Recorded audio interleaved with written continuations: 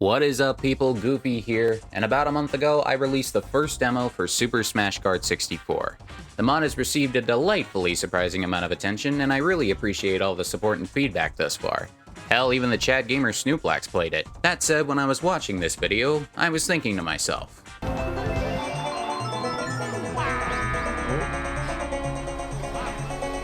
oh wow, my acceleration is so bad I can't even go up this. yeah, this was painful. It was not so much painful in watching Snooplax's gameplay, but what his gameplay indicated, which is that I need to seriously fix up my courses. Almost all of them have some sort of bad design flaw, lap skip, bad AI, blind turn, etc. So today, I'm gonna go through each of these courses, point out their bad parts, and how I fix them.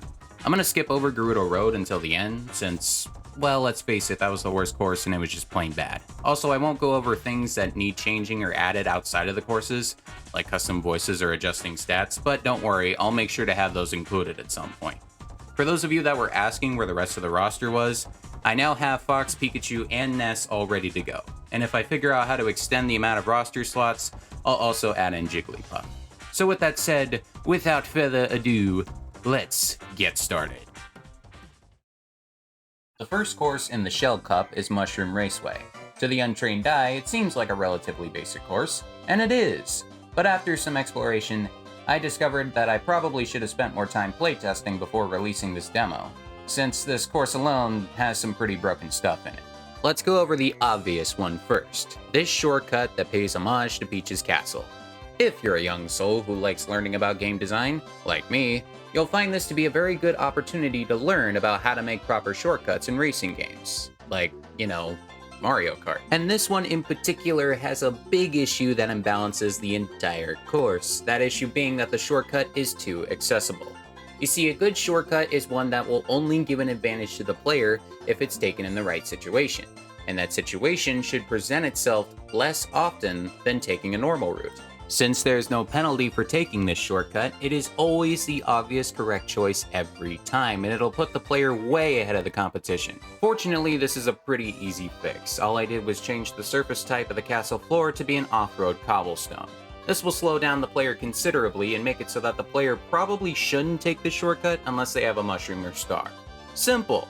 However, this is not even the worst of our issues.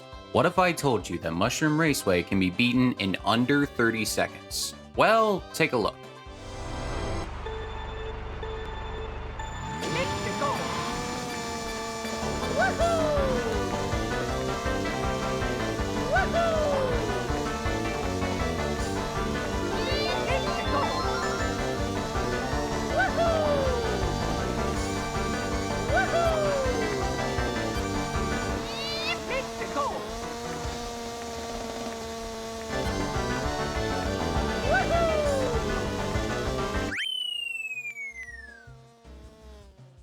As you can see, the course can be blazed through before you can say the words, "Nintendo, just give us Smash Kart already." This is because the middle grass part of the course has no out of bounds, which means you can just drive around the grass like a lawnmower. It also has to do with how Mario Kart 64 handles checkpoints and checking if you're in reverse. I don't know all the details, but basically, at the beginning of a course, the only thing keeping the player from just circling around the finish line to gain laps is a wide, invisible line placed at the starting line.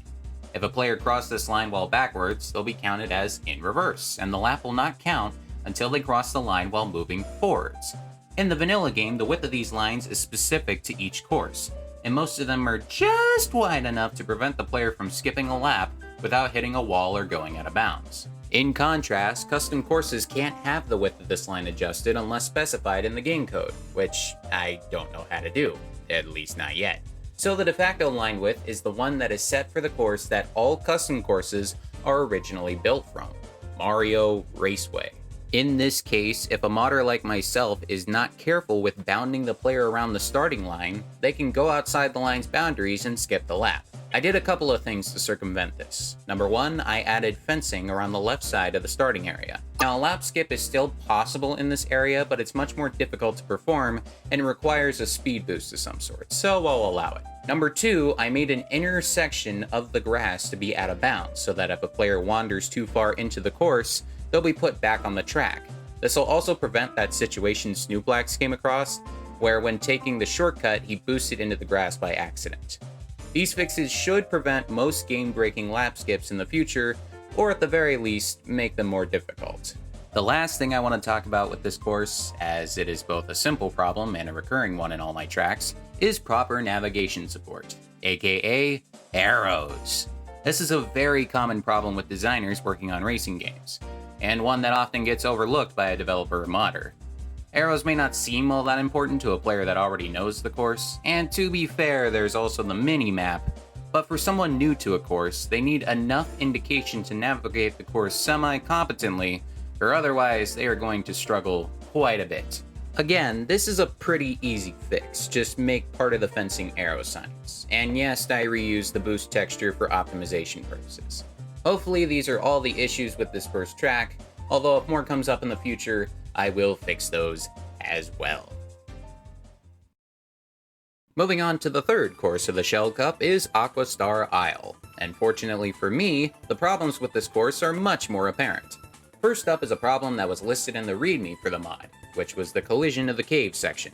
This one scared me a bit at first, but upon looking at the course in Blender, I just forgot to make the collision of the cave double-sided. But that's fixed now, so we're good. Secondly is the issue with the multiple paths at the southwest corner of the track. This is another instance of a shortcut being easy to take, and as a result, leads to an obvious advantage for the player.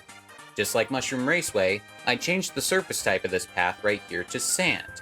I was debating on which surface would make the player slower, grass or sand, but their max driving speed is about the same, and it just made more sense to make it sand. I also took some more extreme measures by adding boost pads on the other path and adding arrows that only point to the outside route, decentivizing the player from taking the inside route in the first place. I figured this was just enough to balance out these paths. Fun fact before I move on, the layout of this track was heavily inspired by the Sky Top Ride course in Kirby Air Ride. Just something neat I wanted to point out. And of course lastly, I added some extra arrows to help guide new players around the track. Let's move on. The last course of the Shell Cup is Zebus Sprint. Zebus? Funnily enough, this is actually the least broken course in this cup, although there are still some notable quirks. For one, there's an unintentional shortcut in the track that allows you to skip this entire loop at the end. But after some playtesting, I found that the skip was barely faster than the normal route unless you use a mushroom. So I'll allow it, as it actually makes for a pretty legitimate shortcut.